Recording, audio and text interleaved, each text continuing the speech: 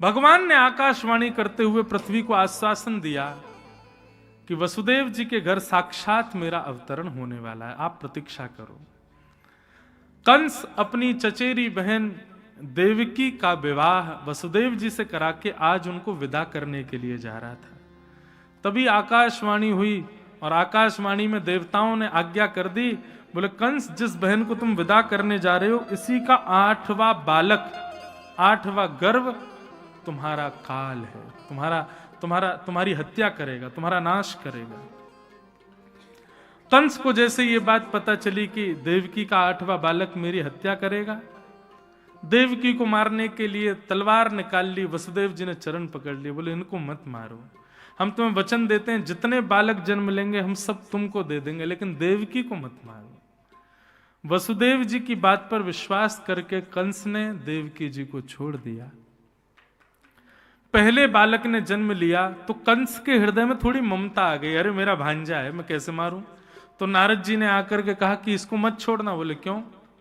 बोले प्रथम से 8वां कोई भी मार सकता है, 8वां गर्भ नहीं, कोई भी मार देगा तुमको। देवताओं ने ऐसा क्यों किया? उसके पीछे अनेक कारण हैं। एक कारण यह भी है कि भाई कंस इतना पाप करे कि ठाकुर जी रोक ही नहीं पाए स्वयं को आने से। कंस ने 6 बालकों की हत्या कर दी। 7वें बालक के रूप में बलराम जी पधारे। बलराम जी के गर्भ में आते ही ठाकुर जी ने योग माया को आज्ञा कर दी, बोले जन्म लेते ही कंस को मार देंगे, जो काम हमारा है वो काम बलराम जी कर देंगे, इसलिए कैसे भी करके इनका स्थानांतरित करो। तो कुछ महीने देवकी मैया के गर्भ में रहने के बाद बलराम जी रोहिणी मैया के गर्भ में स्थानांतरित किए गए और कंस को यह समाचार मिला कि 7वां बालक गर्भ में ही नष्ट हो गया। 8वें बालक के रूप में अब भगवान श्री कृष्ण पधार रहे हैं। कंस ने महाराज डबल ताले लगा दिए, सैनिकों को तैनात कर दिया, तैयार रहो मेरा शत्रु जन्म लेने वाला है। भादों का महीना, अष्टमी तिथि, मंदम मंदम जलधारा, मंदम मंदम जलधारा गिर रही है और जैसे ही अर्धरात्रि हुई, अर्धरात्रि में चंद्रमा बिल्कुल मध्यस्थ जैसे ही पहुंचे हैं। भादों का महीना, अष्टमी तिथि, अर्धरात्रि के दिन, मंदम मंदम जलधारा। भागवत में वर्णन है वायु में भी चंदन की सुगंध आ रही है, मंदराचल पर्वत से चंदन की लकड़ियों की सुगंध लेकर के वायु बह रही है।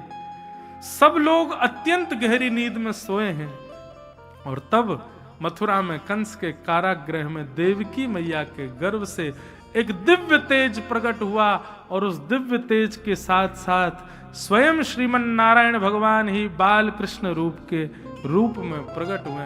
बोलो बाल कृष्ण लाल की। सब लोग हाथ जोड़ो और अरे अभी थाली नहीं, कंस उठ जाएगा, अभी ठाकुर जी को पहले गोकुल पहुंचने दो। अभी मथुरा में जन्म हुआ, जब गोकुल पहुंचे तब थाली बजेंगे। अभी ठाकुर जी को लइयो भी नहीं भैया, अभी बैठा दियो। सब लोग हाथ जोड़ो। ठाकुर जी कैसे हैं, उनके रूप का दर्शन करो। तमद्भुतम बालकमंबुजक्षणम चतुर्भुजम शंख गदायुधायुधम श्रीवत्सलक्ष्मं गलसौभकौस्तुभम पीतांबरम सांद्रपयोधसौभगम। ठाकुर जी नन्हे से ही हैं पर चतुर्भुजम, 4 भुजा धारण करके प्रकट हुए। और केवल 4 भुजा नहीं है, चारों भुजाओं में भी आयुध लेकर के ठाकुर जी आए। पीतांबरी पहन करके आए हैं, गले में कौस्तुभ मणि पहन करके आए, मुकुट पहन करके आए हैं, शंख चक्र गदा पद्म हाथ में सुशोभित हैं।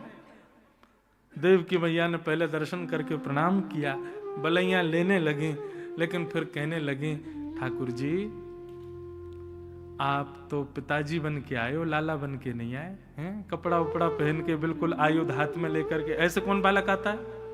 बोले मैया जन्म लेते ही बालकों को मारने मामा कंस आ जाता है, इसलिए हम तो पूरे शंख चक्र गदा पद्म सब संग लेकर के आते ही मामा को मार देंगे। देवकी मैया ने जिज्ञासा की, हे नाथ, एक मां का सबसे बड़ा सुख होता है बालक को जन्म लेते ही अपने आंचल में भरना और अपने पयोधर का उसको पान कराना। मेरे 6 बालकों के प्रसव काल में कंस मेरे सिर पर आके खड़ा हो जाता था और गर्भ से बालक निकलते मैं देख नहीं पाती थी, कंस मार देता था। इतना कष्ट मैंने सहा, लेकिन इस कष्ट को सहने का बल केवल एक आशा रखती थी कि अष्टम गर्भ में आप पधारोगे तो आपको हृदय से लगाऊंगी, आपको अपना पयोदर पिलाऊंगी। नाथ, आप 4 भुजा में आए हो, ऐसे बन के आए हो, मैं कैसे गोद में लूं नाथ? ठाकुर जी बोले, मैया,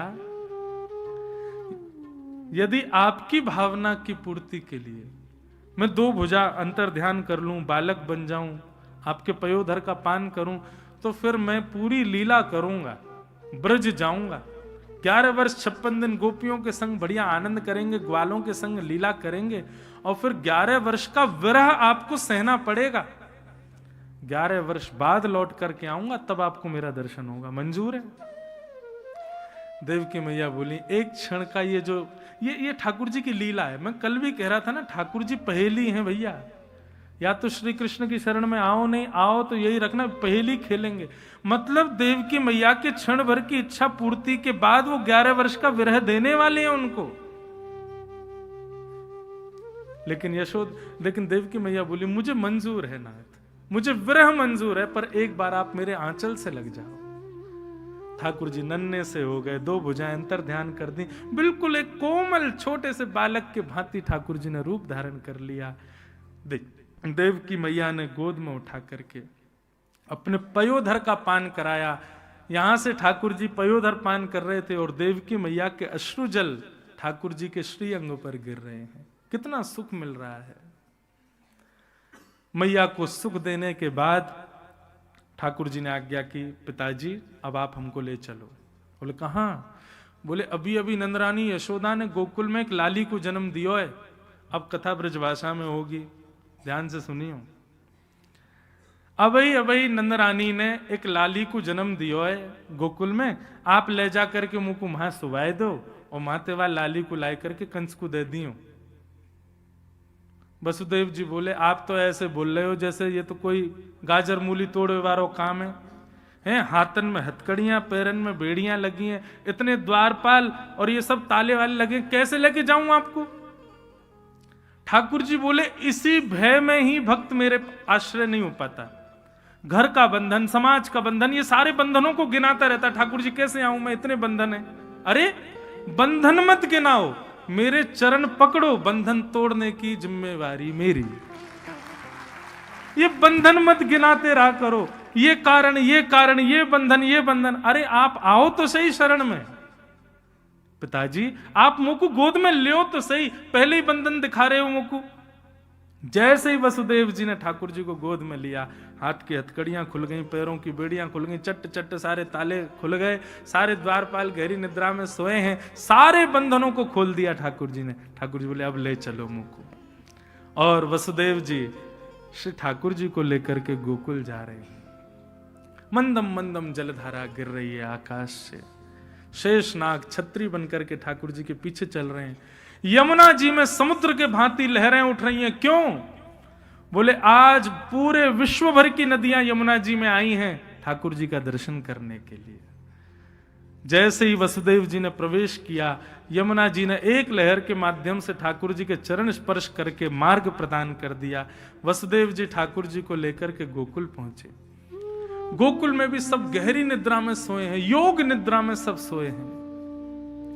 नंदरानी के भवन में जाकर के एक नन्ही सी बालिका सोई थी, उसको उठा करके ठाकुर जी को वहां पड़ा दिया। और बालिका को लेकर के जैसे ही मथुरा आए, सारे ताले लग गए, बेड़ियां लग गई, हथकड़ियां लग गई, दरबान सब उठ गए और बालिका रोने लगी। ठाकुर जी का आश्रय लोगे, सब बंधन टूट जाएंगे, और जैसे ही माया के आश्रय में जाओगे, सारे बंधन फिर पकड़ लेंगे। यही है माया और ठाकुर जी में भेद। कंस दौड़ा दौड़ा आया, मेरा शत्रु, मेरा शत्रु, मेरा शत्रु। कंस बोला, ये बेटा होना तो बेटी कैसे हो गई?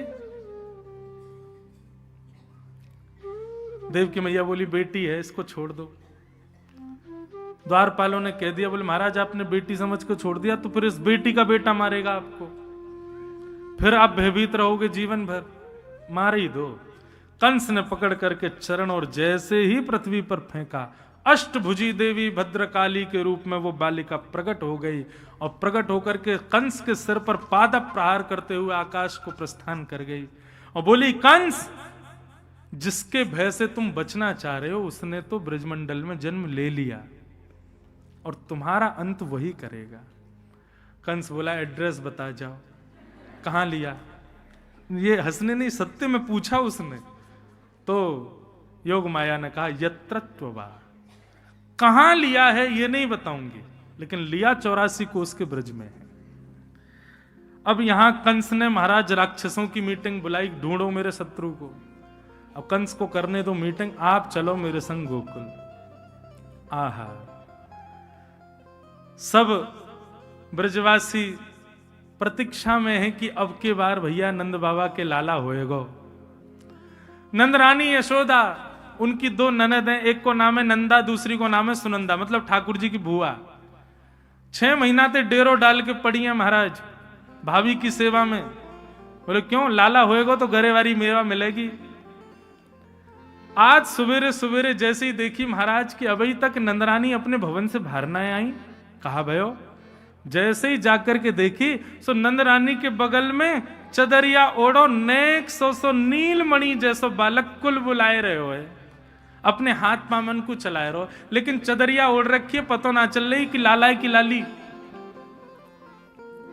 नंदा सुनंदा दोनों पहुंच गई, दोनों ने जाके, अरे देखियो कैसे नीलो नीलो सो बालक भयो, नीलमणि जैसो, नील रत्न जैसो बालक है। जब तक ठाकुर जी का नामकरण नहीं हुआ था ना, तब तक ठाकुर जी को सब नीलमणि बोलते थे ब्रज में। अरे नीलमणि घूम रहा भैया, हमारो नीलमणि जा रहा है, नीलमणि।